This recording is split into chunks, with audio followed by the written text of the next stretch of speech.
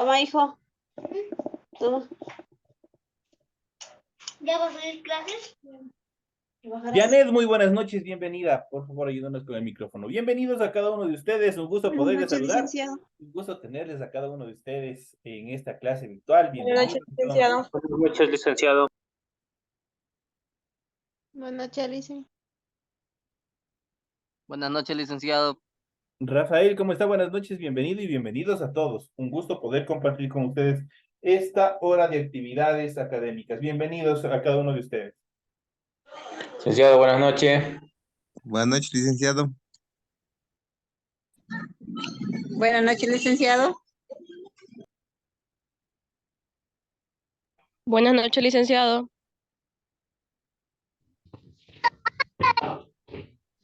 Buenas noches, licenciado. ¿Cómo están? Muy buenas noches, bienvenidos a todos. Un gusto una vez más. Les doy la más cordial bienvenida al desarrollo de la presente clase correspondiente a Ciencias Sociales. Bienvenidos al desarrollo de las actividades correspondientes a esta asignatura. Inmediatamente ustedes van a poder observar en cada una de sus pantallas el formato para recursos de aprendizaje de tarea. Estamos en la asignatura de Ciencias Sociales, en la unidad número 3, Avances Científicos de la Modernidad Europea, con el tema número 4, ya cerrando con broche de oro lo que es la unidad número 4, con el tema el Renacimiento, la Revolución Científica, Galileo Galilei, durante el año 1564-1642, lo que vamos nosotros a ver en esta noche. Tienen ustedes el tipo de tarea, el objetivo de la tarea y a continuación las instrucciones de la misma.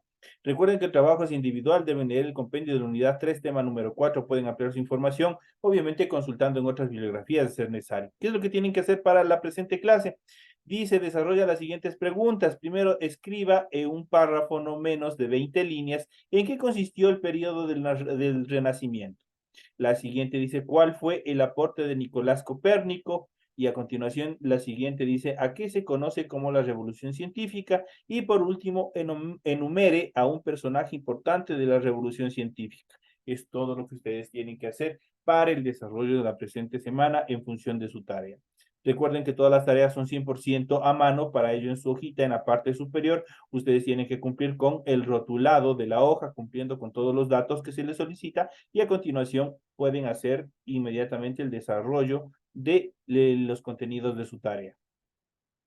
Recuerden que deben leer adicionalmente las recomendaciones, la rúbrica de calificaciones y al final de toda esa información tenemos también la información para el desarrollo de los recursos de plataforma. Estamos en la unidad 3 con el tema del Renacimiento, la Revolución Científica, Galileo Galilei, durante el año 1564-1642, correspondientes a la semana 4 del 20 de noviembre del 2023.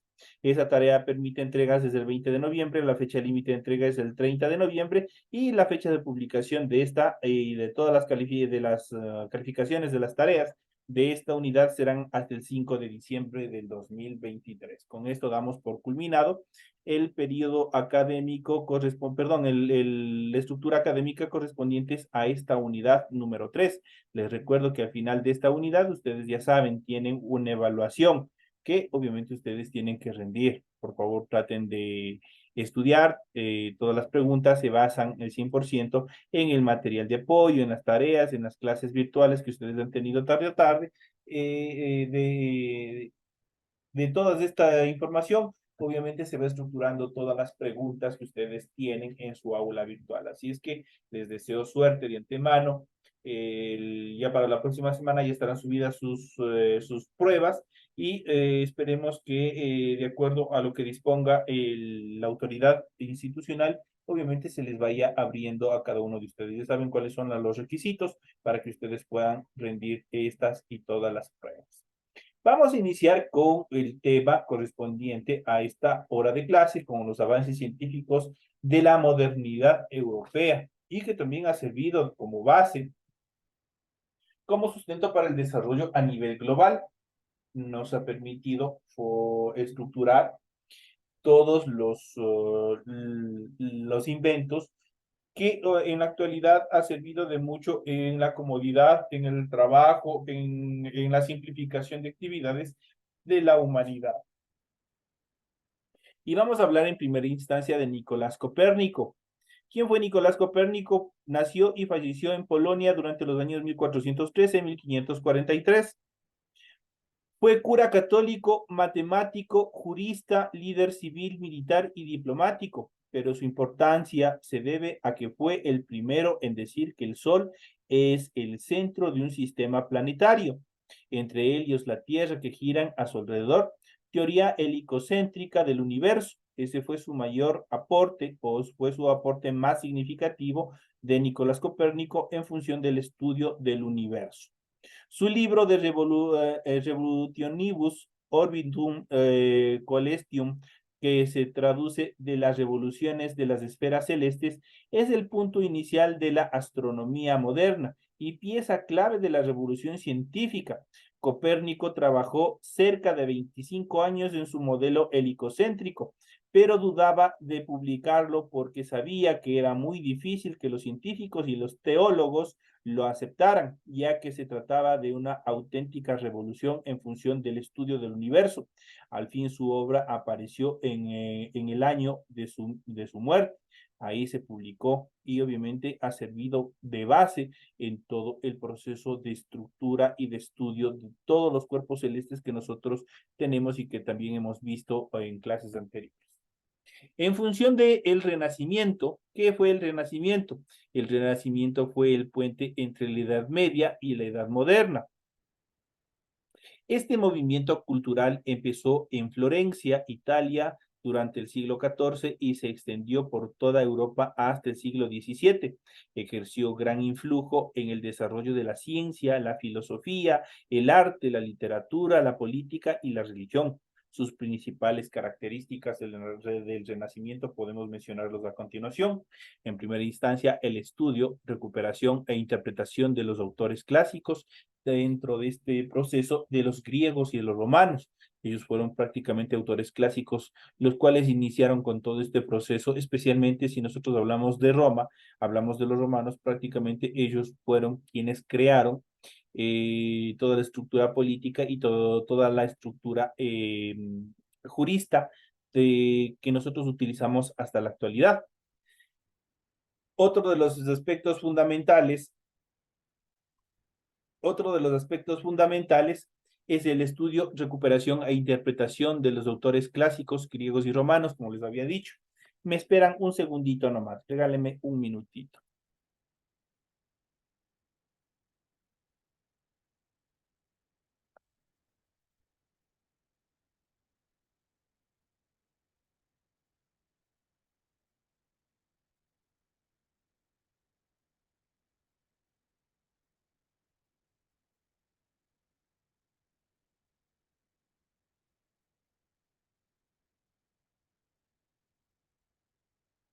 Ya, continuamos.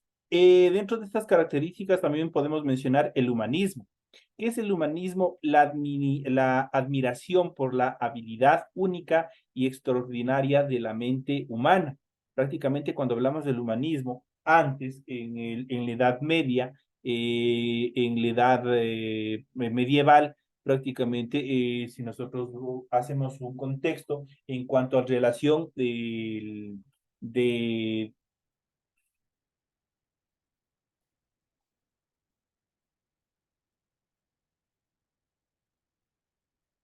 como les había dicho, prácticamente en la edad medieval, el ser humano estaba por debajo de lo material, pero con el humanismo estas estructuras cambian y el hombre, la habilidad mental, su razonamiento, obviamente se colocó por encima de las cosas materiales. Y obviamente empezaron basados en este pensamiento, en el pensamiento humanista, en todas estas características también influyó bastante dentro de las estructuras también que se dieron acá en las diferentes colonias que estuvieron en suelo americano dentro de los procesos de conquista. Esto permitió que los grupos libertarios también tengan otra idea en cuanto a la administración de los estados. Otro de los conceptos que también podemos ver es la búsqueda del realismo y de la emoción humana en el arte barroco, prácticamente lo que transmite el artista, el pintor, a través de una obra de arte, a través de la pintura. Es la búsqueda del realismo, de la emoción humana a partir del arte. La reforma de la educación basada precisamente en las humanidades, tales como la gramática, la poesía, la historia, filosofía moral y la retórica. Esos son la base fundamental de la educación y obviamente que tenemos parte, se fundamenta en este proceso del Renacimiento. Ellos son los que prácticamente generan todos estos conceptos históricos, estos conceptos del conocimiento justamente para aplicarlos en la educación. En cuanto a los personajes como Leonardo da Vinci, pintor, inventor y científico, Miguel Ángel, escultor, arquitecto y pintor, son emblemas del Renacimiento. Ellos y otros artistas de Italia, Holanda, Alemania y España buscaron representar de manera realista al ser humano y al mundo que lo rodeaba.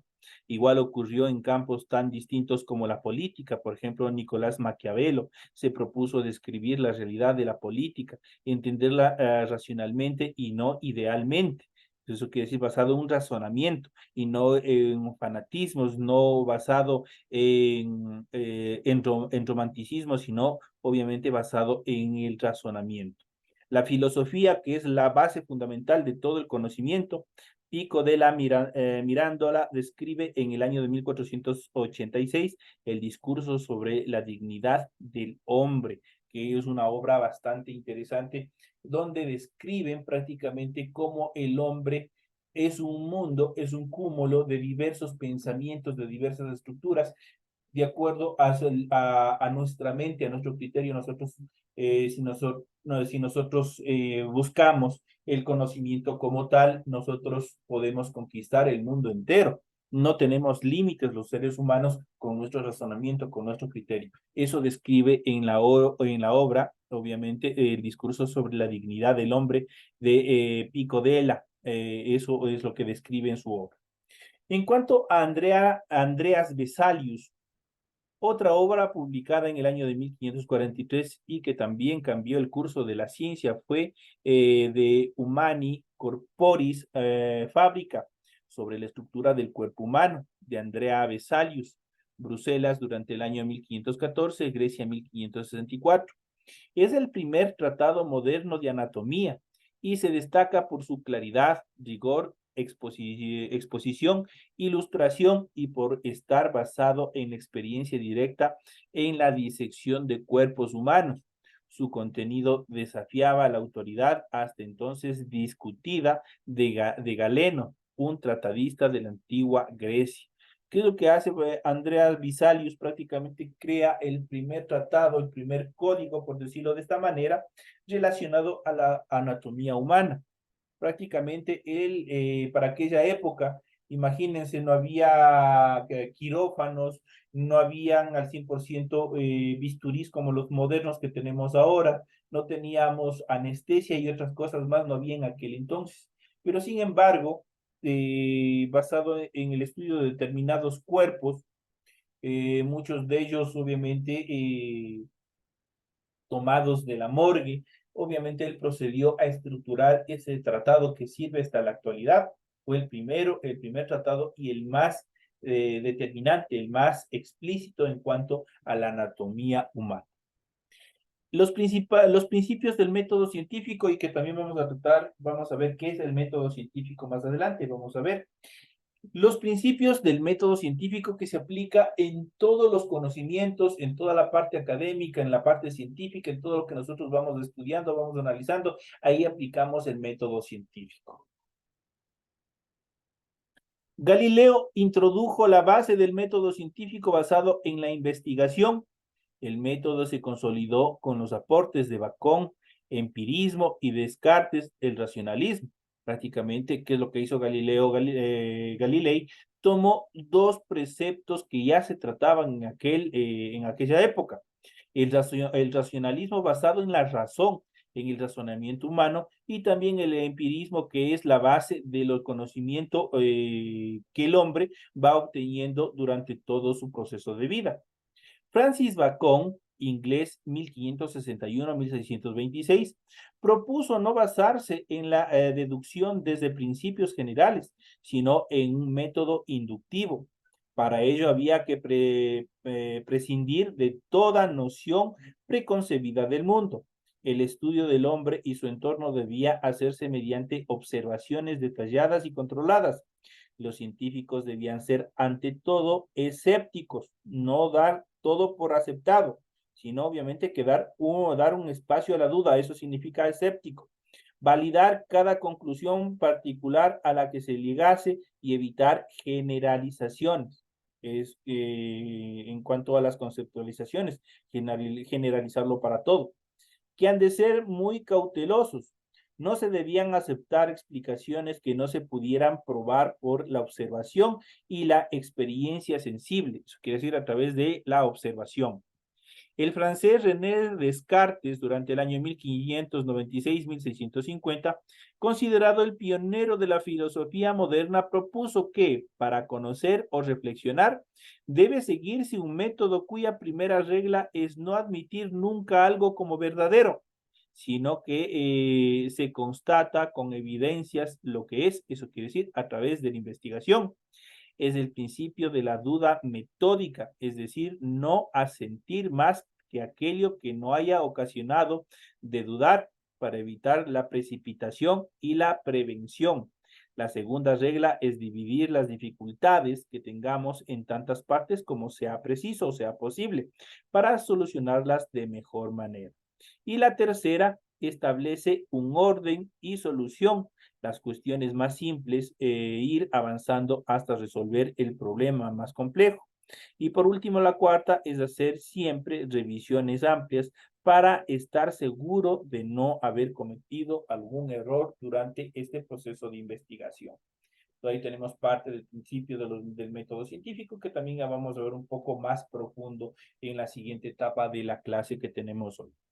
En cuanto a la revolución científica, se conoce así al periodo en el que se desarrollaron en Europa inventos y descubrimientos por quienes encaran el conocimiento a partir del racionalismo y el empirismo. Esa es la base del método científico. Y rechazan las doctrinas que habían prevalecido desde la antigua Grecia y a lo largo de la Edad Media. El influjo de América fue fundamental para cuestionar el conocimiento de las tradiciones griegas, latinas y oriental.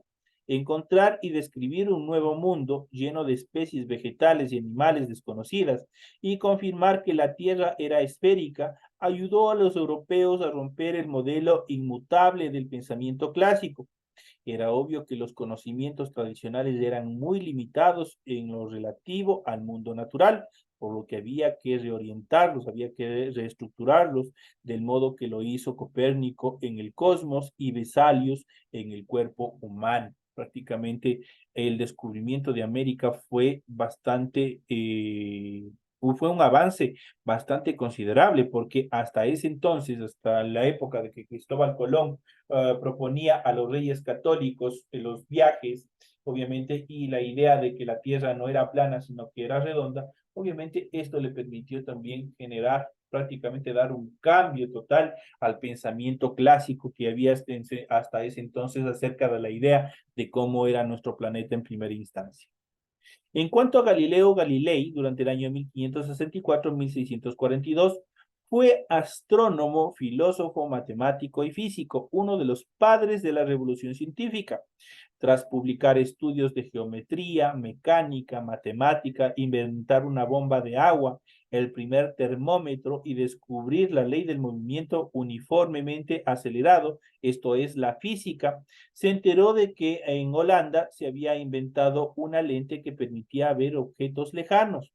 Entonces se dedicó a experimentar con lentes en un tubo. Así consiguió fabricar un telescopio mucho mejor que el holandés, pues tenía 6 y no 3 aumentos. Es decir, tenía 6 lentes en vez de solo 3. Los objetos no se veían cabeza abajo y distorsionados, sino claro, en una posición correcta. Galileo fabricó 60 telescopios de diferentes calidades y también de diferentes aumentos. Además de las aplicaciones maríticas y bélicas del telescopio, este instrumento permitía ver a lo lejos a los barcos o ejércitos que se aproximaban, por lo que Venecia le nombró profesor de la vida con un buen salario. Galileo con el escudriño del cielo, y así fue el primer ser humano en observar que la luna tiene valles y montañas, que Venus tiene satélites, que la Vía Láctea no es una nube, sino que está compuesta por millones de estrellas, que Saturno tiene un cuerpo alrededor. 50 años después, Huber, astrónomo holandés, precisó que se trataba de anillos y que el Sol tiene manchas. Eso fue lo que descubrió Galileo Galilei.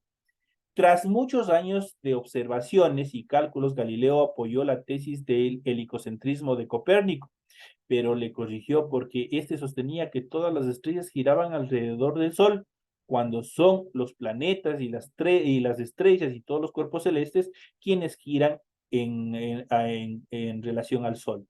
Sus descubrimientos causaron conmoción en la sociedad europea de su época y le llevaron a fomentarse con la Iglesia Católica. Hubo determinados enfrentamientos. Muchos jerarcas se resistieron por las burlas de su obra. Dialogó sobre los principales sistemas del mundo durante el año 1633.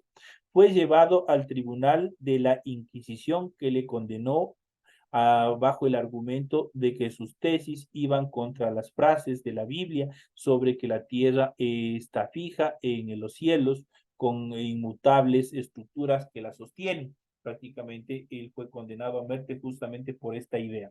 Galileo tuvo que jurar lo que había sostenido y pasar sus últimos años recluido en su casa. Sin embargo, siguió investigando y escribiendo libros que no pudieron publicarse en Italia, pero sí en otros países. Este conflicto es un clásico ejemplo de la imposición de la autoridad sobre la libertad del pensamiento. Finalmente, él fue condenado a muerte justamente por una de las obras que también estaba estructurando, una de las obras que también se dedicó sobre los aspectos políticos y juristas, sobre determinadas estructuras legales. Entonces le condenaron la siguiente vez, lo condenaron de herejía y obviamente fue condenado a muerte. En cuanto a los inventos desarrollados por Isaac Newton, vamos a ver cuáles fueron la parte estructural, la parte científica que aportó Isaac Newton a la humanidad. Isaac Newton, matemático, físico, filósofo e inventor inglés durante el año 1643-1727, es autor de los Philosophiae Naturalis Principia Mathematica, más conocido como los principios, en los que describió la ley de la gravitación universal y estableció las bases de la mecánica clásica mediante las leyes que llevan su propio nombre. Estas leyes se opusieron a la idea aristotélica de que hay cuerpos livianos que se levantan por su naturaleza. Entre otros descubrimientos científicos destacan sus trabajos sobre la naturaleza de la luz, la óptica, el desarrollo del cálculo matemático. Newton fue el primero en demostrar que las leyes naturales que gobiernan el movimiento en la Tierra son las mismas que las que gobiernan el movimiento de los cuerpos celestes. Eso quiere decir que existe una ley de gravitación, existe una ley de atracción, obviamente por la cual ni los planetas se chocan unos con otros en el sistema solar, ni nosotros salimos despedidos al dar un brinco, como sucede, por ejemplo, en la Luna.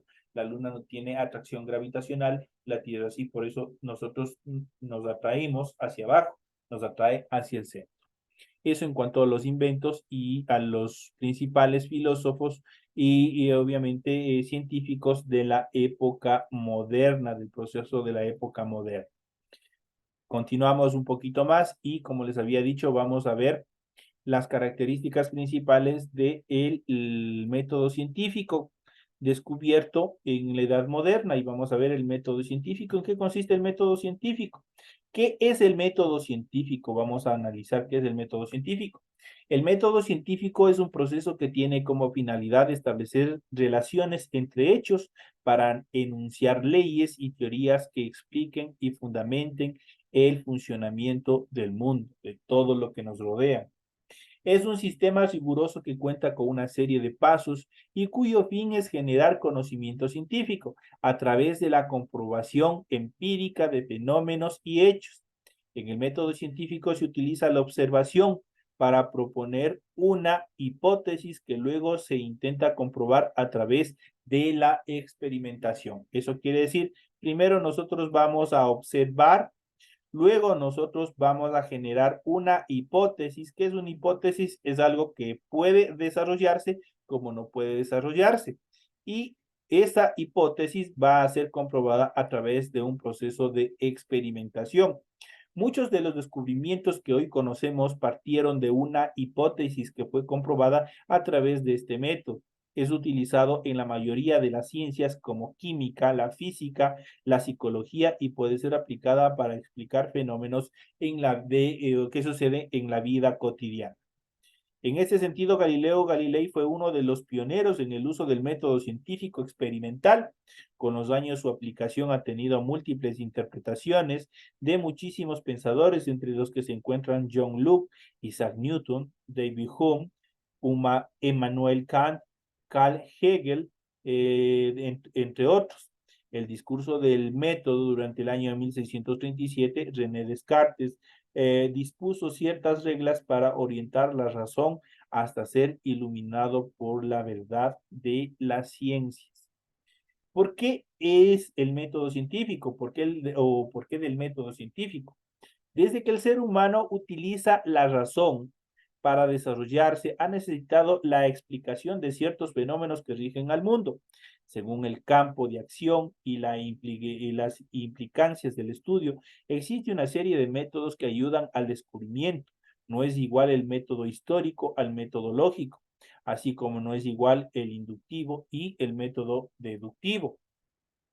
Sin embargo, el método científico predomina y se puede explorar a casi todas las ciencias, ya que se basa en dos pilares fundamentales, que es la falsabilidad y la reproductividad. Esas son las dos estructuras fundamentales. Cuando hablamos de falsabilidad, cualidad que poseen las proposiciones, leyes o teorías que el método científico considera como verdaderas, de ser reevaluadas como falsas.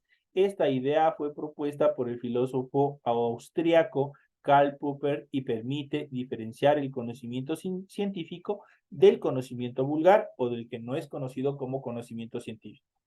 En cuanto a la reproductividad, la capacidad que posee un determinado conocimiento científico de ser replicado por otra persona y en otro momento bajo las mismas condiciones, obteniendo los mismos resultados.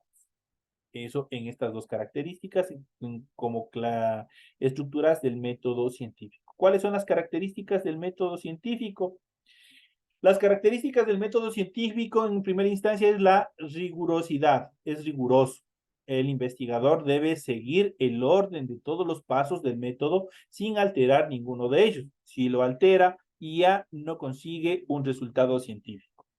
Otra de las características es que debe ser objetivo. Se basa en hechos concretos y comprobables y no en deseos, creencias u opiniones. Es responsabilidad del científico e investigador mantener su visión objetiva al margen de la investigación. El método también tiene que ser progresivo. Los conocimientos que se obtienen con acumulativos pueden reafirmar o complementar las investigaciones y descubrimientos ya existentes e incluso pueden y hasta corregirlos. Tiene que ser también un método científico racional. A través de, cuando hablamos del racionalismo, este utiliza la razón para realizar deducciones y basa en la lógica y no en opiniones o creencias. Y también tiene que ser verificable. Eso quiere decir que la hipótesis propuesta debe ser aplicada y comprobada empíricamente a través de la experimentación. En cuanto a los pasos del método científico, ¿cómo son los pasos para llegar a un nuevo concepto, a un nuevo concepto científico? Dentro de ellos podemos mencionar la observación. Utilizamos los órganos de los sentidos, la vista. Mediante la actividad sensitiva, el hombre da cuenta de fenómenos que se presentan. En este primer paso se observan y registran los fenómenos de la realidad. Es importante tener en cuenta los hechos objetivos y dejar de lado opiniones subjetivas o personales. Todo tiene que ser lo que nosotros observamos. Ahí no deducimos nada, solo apuntamos lo que observamos. La inducción y preguntas, los fenómenos que han sido observados podrán tener una regularidad o una particularidad que los reúne. Esta observación despierta preguntas e interrogantes sobre algún hecho o fenómeno del cual nosotros estamos siendo parte. La hipótesis, una vez realizadas las preguntas, la hipótesis es la posible explicación a las preguntas formuladas. Esta hipótesis debe poder ser comprobada empíricamente. Una vez que tenemos la hipótesis, obviamente pasamos a la experimentación, y la experimentación parte a través de la hipótesis o el análisis de la hipótesis. Es testeada o es analizada una cantidad suficiente de veces como para establecer una regularidad. La demostración, una vez que hemos hecho la experimentación que hemos analizado a través de un experimento, viene la demostración. Con los dos pasos anteriores podrá determinarse si la hipótesis planteada era cierta, falsa o irregular.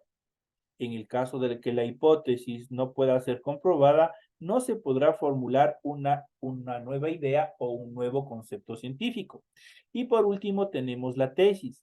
Si la hipótesis no es refutada, ya que es comprobada en todos los casos, se elabora conclusiones para dictar leyes y teorías científicas. Eso quiere decir que nace un nuevo conocimiento científico, un nuevo concepto científico. Eso en cuanto a las características fundamentales del método científico desarrollado por Copérnico, que fue uno de los más grandes en cuanto a este proceso de estructuración. Esta es la explicación que ustedes tienen en función del tema que se ha planificado para el desarrollo de la presente clase. Señores y señores, hasta aquí la clase de Ciencias Sociales. Nos estaremos viendo en la siguiente hora correspondiente a la clase de inglés. Dicen, buenas noches, una pregunta. Dígame. Verá, el día de ayer yo cargué el deber, pero me está faltando un deber, pero no se quiere subir a la plataforma. Comuníquese inmediato con Secretaría para que le ayuden, compañero. Ahí sí comuníquese con Secretaría el día de mañana y le explica de qué tarea, qué es lo que ha pasado para que le ayuden subiendo. Sí, porque la tarea de Ciencias Sociales está más o menos como 5 hojas, pero me faltó un deber que no se subió. 5 hojas de qué unidad. De la unidad 3. Comuníquese con Secretaría para que le den solución con ese problema. Ya, licenciado, gracias. Ya, pasen bien.